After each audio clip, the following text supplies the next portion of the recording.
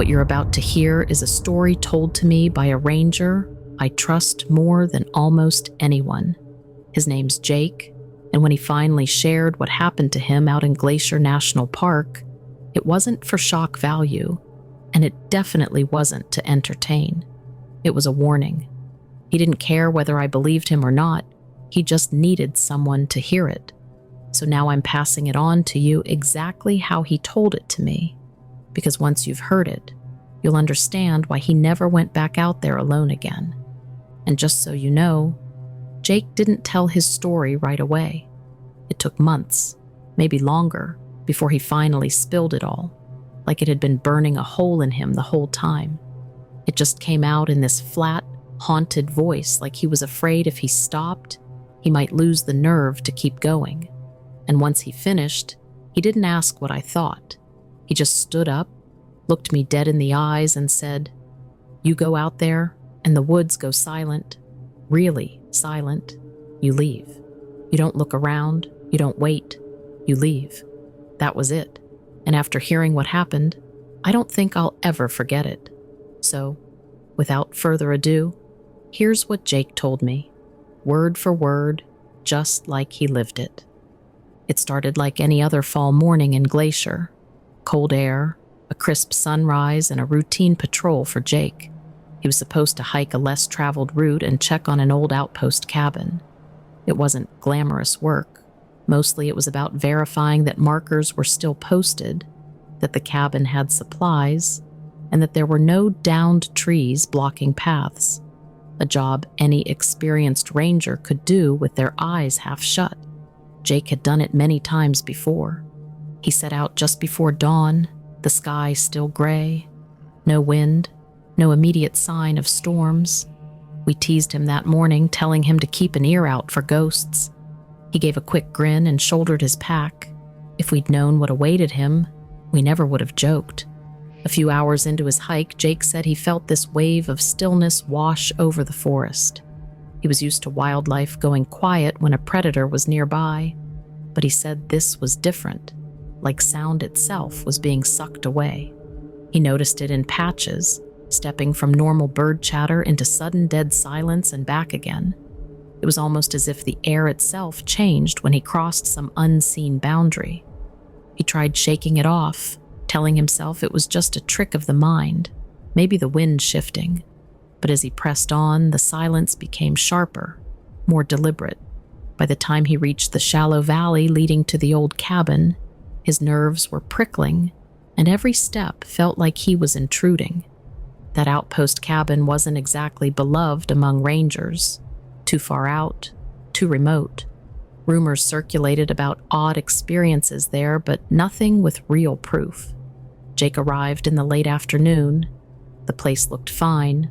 No broken windows, door locked, roof intact. Then he checked the logbook inside. The last entry was from Russell, a ranger known for not spooking easily, who had scribbled just a few days ago. "Strange crying last night. Kept me up. Something outside." Jake felt the hairs on his arms stand up. He respected Russell. Straightforward guy, not prone to drama. If Russell wrote that, it had to be real. Jake finished his cabin inspection, locked up, and headed off to set up camp near a small lake not too far away. It should have been peaceful. By the time he pitched his tent, the sun was dipping behind the ridges, painting the clouds pink. Then the hush returned. This time it swallowed everything. No wind, no insects, not a single bird call. Jake said he sat there by his small fire, listening to his own breathing. It felt like the world had dropped out from under him. Then came the moan, far out in the woods. Long, low, dragging. It didn't match a bear's growl or a mountain lion's scream. It was worse. He told us he couldn't place the source. Too drawn out, too resonant, almost unnatural. And it stopped as abruptly as it began, leaving behind a silence so deep it made him tremble. Jake extinguished his fire, not wanting to attract attention. He crawled into his tent, locked every zipper, and lay there gripping a flashlight in one hand and a knife in the other. He heard occasional rustles and creaks outside, but nothing came close. Eventually, exhaustion pulled him into a restless sleep. Come morning, he gathered his gear and tried to shake off that eerie feeling. He took a new route, aiming to circle back to the ranger station by late afternoon. The day was unusually calm, sky a bit overcast. He climbed a ridge that offered a sweeping view of the valley below. From that vantage, he spotted something unsettling, a large area of crushed underbrush, like something huge had rolled through and flattened it. He decided to investigate. As he approached, the air felt heavier. What he found was worse than he'd imagined. A deer carcass, shredded and mangled, not eaten for meat, but torn to pieces. Jake had seen predator kills before. This was different. No pattern of feeding, just savagery. The hide and flesh looked ripped in multiple directions. The bones cracked open in ways that defied easy explanation. Around the carcass, he found footprints, enormous, some appearing to walk on two legs, others suggesting a four-legged stride. They were deep impressions in the soft earth. Worse, he found claw marks high up on a tree, spaced too far apart for any local bear. The marks seemed deliberate, etched with inhuman force. That was when he felt eyes on him. He told me it was like an electric jolt on the back of his neck. Every instinct screamed at him to leave. He took a few hurried photos, then backed away slowly, scanning the trees. The hush descended again, and the forest around him went still, like it was holding its breath. He wondered what kind of creature could do that to a deer and then vanish so effectively. He forced himself to keep steady. Panic could make you do foolish things in the wild, but inside, he was shaking. With a thudding heart, he pushed onward, convinced something was tracking him.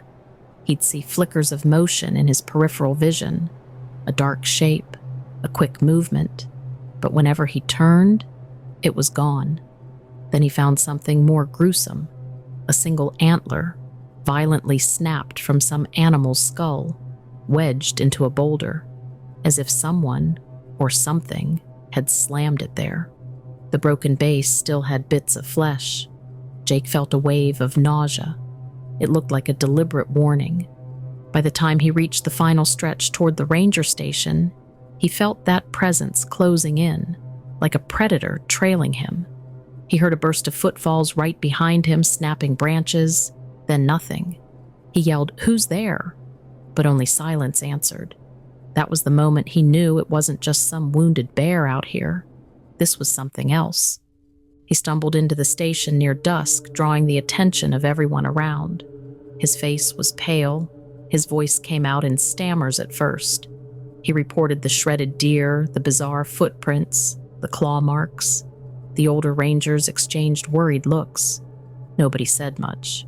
2 rangers went out the next day, found only slight evidence, a scuffed area where the deer had been, a few deep marks that could have been footprints. No carcass, no fresh signs. Everything Jake witnessed had vanished like a bad dream. But he had photos, and he was sure they'd believe him if they saw them. Except those shots were blurry, vague. The footprints looked distorted. The torn deer was just a mass of gore in the images. Enough to unsettle, but not enough to prove anything. Over the next few weeks, more stories trickled in. Campers cutting trips short, whispering about eerie cries at night. One family claimed they heard moans that made their skin crawl. Another hiker said he felt watched for miles. None of them had hard proof, just a shared dread.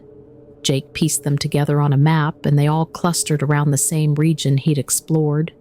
He found Russell, the ranger who'd written that note about strange crying, and confronted him. Russell admitted he'd heard the moan too, maybe the same night. Said it kept circling the cabin, pacing back and forth. When morning came, he bolted back to the station. He felt sheepish writing it in the logbook, but he had to document something. Jake started losing sleep, haunted by nightmares of warped silhouettes lumbering between the trees, by images of shredded carcasses, and that dreadful silence. He'd wake in a cold sweat, half convinced the hush was pressing down on him even indoors. He asked not to be assigned alone anywhere near that region. A couple of newer rangers found it hilarious, but the older ones didn't laugh. A few had their own secrets about those woods. Claire was a veteran ranger who'd once seen something move like a wolf on all fours, then stand upright on two legs before it vanished behind a ridge. She never reported it officially, didn't want to face skepticism, but she and Jake shared quiet stories, each more unsettling than the last. When they got assigned together to clear debris on that same trail, the hush came back in the middle of the day, as if whatever lurked there decided to toy with them. They found scattered bones in a half circle, still stained with blood. They saw fleeting shapes dart behind the pines, heard branches break in the distance. Neither spoke much until they returned to the station, where Claire said she was seriously thinking about transferring. At this point, Jake was desperate for closure. Something roamed those remote corners, something vicious and unnatural. He convinced Russell to join him for an overnight stay at the old outpost cabin to see if they could confirm it. Maybe they'd record the moan, catch a glimpse of the creature, enough to warn the higher-ups or call in help. They arrived at the cabin late in the day. The place felt darker than usual, as if the shadows stretched across the lawn. After a quick perimeter check, they went inside. The logbook had mundane entries about trail conditions, nothing else. They locked the door and made a plan to stay up, listening. Night fell, and with it came the hush. Jake lit a single lantern, the flame flickering. Russell stood by the window, rifle in hand, a rarity for rangers, but he insisted. Around midnight, they heard it. That long, mournful moan echoing through the trees like a tormented spirit. It made Jake's skin prickle. They stepped onto the porch, letting the lantern glow cast shadows across the clearing. The moan rose again, closer now, filling the silence with a trembling sound that set their nerves on edge. Jake glanced at Russell, who gripped his rifle with white-knuckled hands. Whatever it was, it had that same raw, deep resonance Jake remembered from the lake. A shape flickered between two trees, tall and sinuous, then disappeared. Branches snapped, and the hush deepened around them. Jake felt the old adrenaline spike, that certainty they weren't alone. He raised his flashlight, sweeping the beam across the darkness. Suddenly, 2 points of light reflected back, a pair of eyes, staring from a height that suggested something massive. Then the creature vanished with unnatural speed. Russell stifled a curse, fumbling with his rifle. They heard a heavy thud behind the cabin. Jake spun, heart pounding, but saw nothing but looming shadows. The moan sounded again, this time from the opposite side, like the thing was circling them. Then another moan joined in from somewhere else. That meant there might be more than one. Jake's stomach twisted in fear. They backed inside, locking the door. Scrapes came from the walls, a dragging sound like claws raking the wood. The hush made it all the more horrifying. Every small noise was amplified. They stood in the dark, hearts racing, hearing something shuffle around outside. At one point, there was a heavy thump on the porch, as if something big landed there. A silhouette passed by the window. Russell raised the rifle, trembling. Jake whispered, "Don't waste ammo unless you see it." Minutes crawled by, each one feeling like an hour. The moans continued, weaving around the cabin like a sick chorus. The door rattled once, then a scraping near the window. Every time they readied to defend themselves, the noise shifted somewhere else, always staying out of full view. Eventually, everything stopped. No scraping, no moaning, just the hush that weighed on them like a physical thing. They stayed awake until dawn, lantern flickering, weapons close at hand. When the first rays of sunlight touched the clearing, they dared to open the door. Deep gouges marred the cabin's exterior.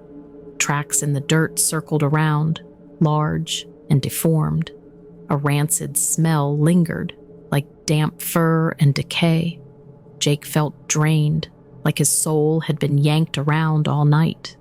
They fled back to the station carrying whatever evidence they could.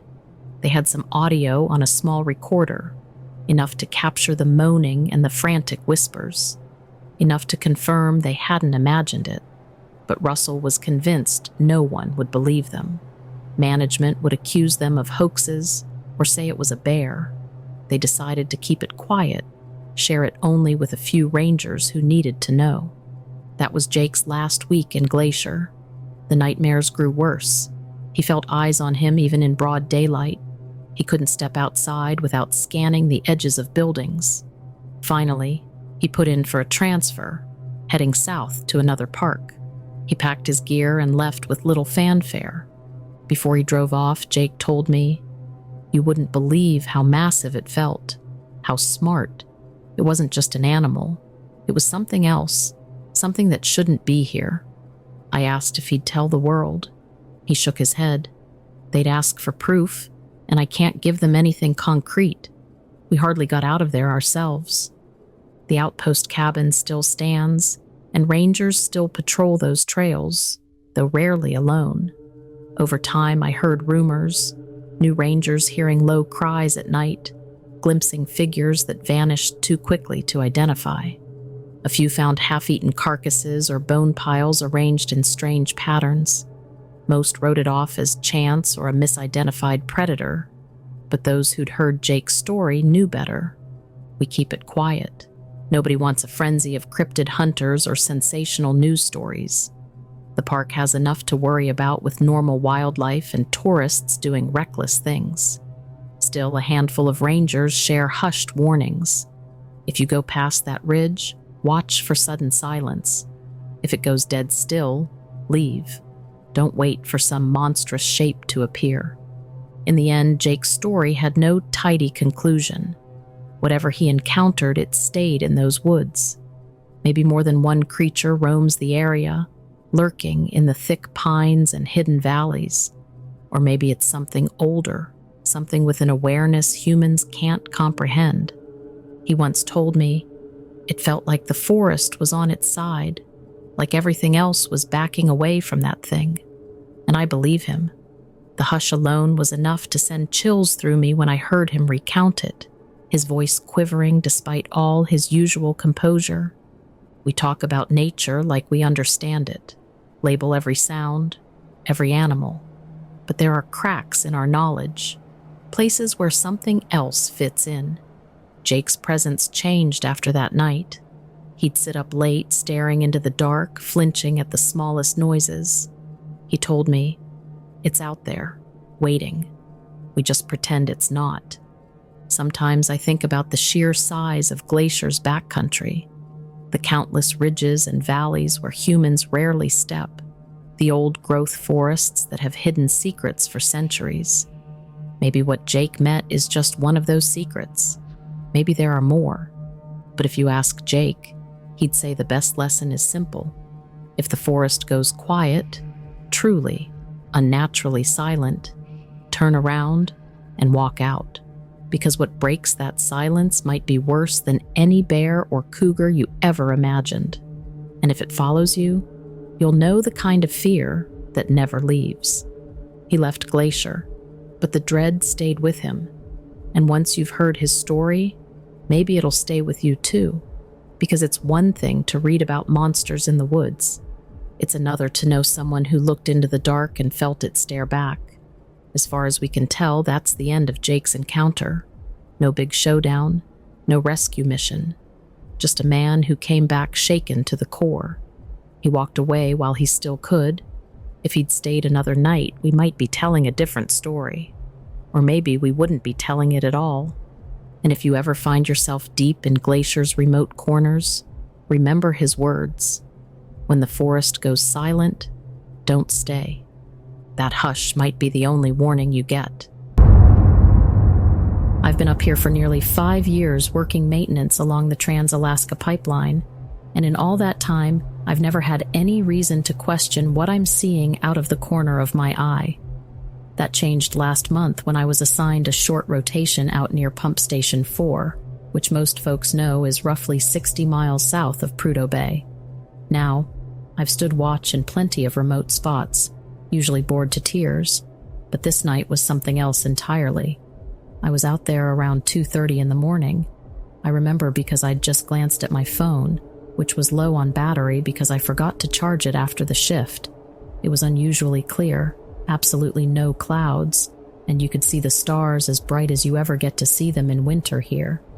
The temperature must have been around -5, which actually feels borderline comfortable after it's been hovering around -30. I was doing a final check of some gauge that had been giving off weird readings earlier in the week. Those mechanical issues, by the way, can be more about ice buildup than anything actually failing. Anyway, I'm standing there fiddling with this valve, cursing under my breath about how the tools I got are never the right kind, when I notice a low hum, almost like a generator but more electric sounding. It wasn't the usual background noise from the station, and it definitely wasn't the wind, because the wind has this specific whistle when it cuts through the steel. I step away from the pipeline a bit, trying to figure if maybe it's something with the pumps themselves, but then I see this glow off to my left, maybe 20 yards out. My first thought was that there was a big piece of equipment running out there, which made no sense because no one told me about any scheduled repairs at that hour. I start walking toward it, and that's when I realize the glow is coming from above, like maybe 20 feet or so in the air, just hanging there. The shape, if you can call it that, was mostly circular, but what was weird is the bottom looked sort of flattened, like a pancake with a dome on top. I'm not sure how else to describe it. I remember hearing stories from older guys up on the North Slope who claim they've seen lights dancing around the horizon, but they usually chalk it up to the aurora or some pressure in their eyes after a long shift. This was absolutely not the Northern Lights. This was a physical craft. There was no big whoosh of air, no sign of how it was staying up. It made me think of those drones you see in the news, but it was way too large, maybe 30 feet in diameter from what I could judge. And the color of the glow wasn't plain white, or even the greenish hue you see in the aurora. It was more like a silvery blue and would intensify every couple of seconds, almost pulsing. I was too scared to radio it in immediately. A part of me thought, no one's going to believe me. They'll think I'm pulling a prank or losing my mind from sleep deprivation. So I just stood there, my knees feeling weak even in those heavy-duty Carhartt pants. I swear I felt slightly dizzy, like there was some kind of electromagnetic field messing with my inner ear. The craft, or whatever it was, moved slow down the pipeline route, maybe 100 yards further, hovered near one of the big pipeline supports, those huge vertical braces that hold the line above permafrost. Then it glided in a perfectly silent arc back toward the station. At one point, it was no more than 50 feet away from me, close enough that I could see it had some smooth sheen on the underside, like brushed metal but without rivets or seams. No visible doors, windows, or anything you'd expect on an aircraft. Now here's where my mind started racing. We do get random helicopter flights for cargo or the occasional plane overhead. Most come from Deadhorse or sometimes Fairbanks for supply runs. But this was not a helicopter. No rotor noise, no tail boom, nothing. My coworker had once joked about secret government drones out here, especially given how lonely the place can be. But at this point, I was too stunned to think about conspiracies. All I remember is watching it hover, and then it tilted slightly, almost like it was peering back at me, and the hum changed pitch, deeper but quieter, if that makes sense. Then it shot straight up. No building speed, no arc, just zoom, and it was gone. I've seen jets take off from JBR, Joint Base Elmendorf-Richardson, in Anchorage when I'm traveling home, but nothing moves like that. It was instant. After it vanished, I stood there probably a good 10 minutes, not able to decide if I should sound the alarm or just chalk it up to some freak phenomenon. I ended up calling a buddy who was asleep in the bunk trailer. I didn't tell him much except something was messed up outside and to come look. By the time he got there, the sky was quiet, just stars and that faint orange glow from the station flares. We walked around, looking for marks on the ground or anything else. The only odd thing was that the valve box I had been working on was warm to the touch, which made zero sense because everything out there is always freezing, or if it's heated, we'd see the typical frost melt pattern around it. This was just a small circle of melted snow, maybe a foot in diameter. Then, of course, my battery died on my phone, so I couldn't take any pictures. Not that I would have had the presence of mind to do it in that moment anyway. I tried asking around casually the next day if anyone else noticed weird lights or heard any unusual noises overnight. Most folks just brushed me off, saying they were either dead asleep or too busy. The pipeline manager basically told me to keep my head down and not to worry about nonsense, which made me think maybe someone else had brought up odd stuff before, and they just dismissed it. There's also that old rumor that the pipeline security sees all sorts of strange flights up and down the corridor, but they're under orders not to discuss it. I don't consider myself a conspiracy nut, but after what I saw, I'm less sure about the official story that everything up here is normal. A few nights later, I thought I spotted something high in the sky near the same area, but it could have been a plane. The weird part was whenever I tried to track it with my eyes, it blinked off like a light switch, then reappeared in a slightly different spot. This might have been me just jumping at shadows, though. I've been on edge ever since. Honestly, I don't know if you've heard similar accounts on your YouTube channel, but I wanted to share this with you because it's been itching at my brain. I can't forget how that thing moved. I see mechanical anomalies all day. It's part of the job to watch for pipeline leaks, rust, gauge failures, that sort of thing. Yet nothing compares to a silent, glowing craft that can just hover and shoot upwards in a blink. I still stay up late sometimes, hoping to catch another glimpse. Part of me wants proof, but another part hopes I never see it again. I was out on Route 66 just last month, specifically cutting through that stretch near Seligman, Arizona, because I've been driving that route for years now. I usually make a habit of stopping at the Roadkill Cafe for a bite, though that night I was running late after leaving Flagstaff. I remember it was just after 11 p.m., maybe closer to 11:30, because my watch light was acting wonky, and I had to smack it a couple times for the display to come on. I'd been traveling for hours feeling restless, but I also felt strangely energized, like I couldn't wait to get to Kingman, maybe even push through to Needles if I was up for it. I've always been a night owl, so nighttime drives never made me nervous. But then again, I've never seen anything like I did that night. I was somewhere between Seligman and Peach Springs, definitely after the small stretch of defunct motels where you can see the old neon signs flickering out of the corner of your eye. It's that spot where the road curves and you can see the railroad tracks off in the distance. Normally, I just go into a sort of autopilot mode and keep driving, sometimes thinking about where I'll grab coffee in the morning, but something caught my eye ahead. Could have been a mile or two up the road. It looked like a faint glow, something that might have been headlights, but higher than any normal car or truck on the highway. I almost wrote it off as a reflection, or maybe one of those telegraph poles with a strange reflection from the moonlight. But the moon that night was only a sliver, very faint, so I couldn't shake the feeling that this was something else. I slowed down. I remember thinking the last thing I needed was to run into some roadside hazard, especially out there where cell coverage is spotty. As I got closer, the glow intensified, kind of a soft white light with a tinge of green at the edges. At first, I thought maybe it was some new traffic signal or an illuminated sign I didn't remember, but it wasn't that. It hovered maybe a few feet above the center line of the road, maybe the size of a beach ball if I had to guess. Even though it was obviously in the air, it had a substantial look to it, like it had weight, or maybe a presence is a better word. I've seen weird lights before, but this was different because it actually moved in a deliberate way. When I say deliberate, I mean it gently bobbed up and down, as though it was checking me out.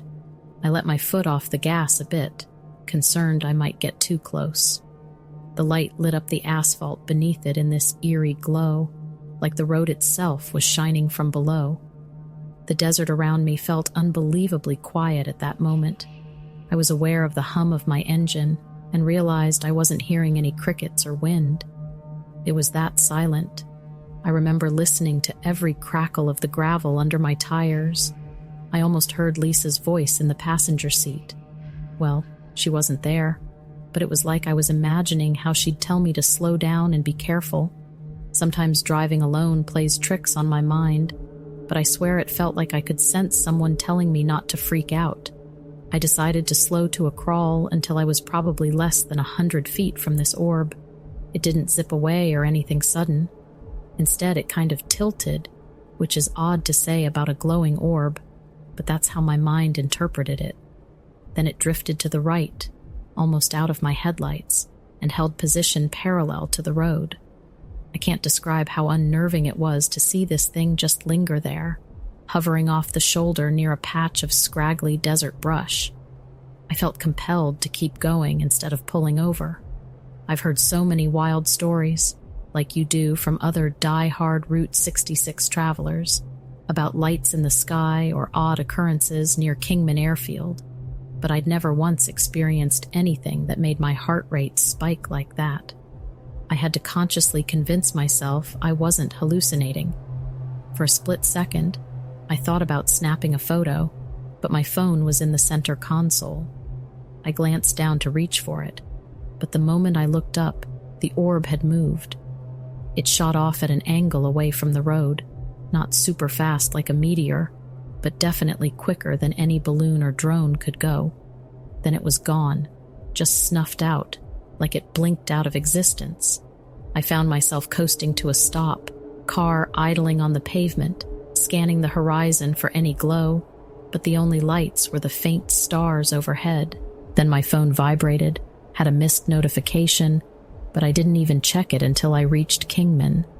It felt like it took me twice as long to get to the motel, partly because I couldn't stop glancing in my rearview mirror, expecting that glow to reappear. The strangest part is, once I got to the motel, I realized I was missing about 15 minutes that I can't fully account for.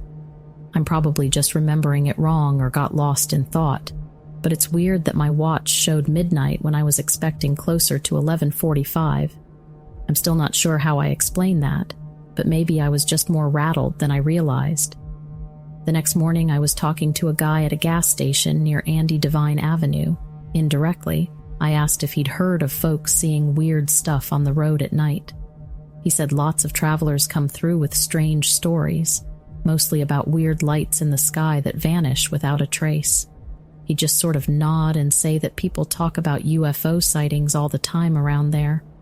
That gave me a bit of relief because it meant I wasn't alone, though it didn't make me feel any less shaken. I keep replaying it in my mind, that bright orb dipping and bobbing in the air, as if it had its own curious personality.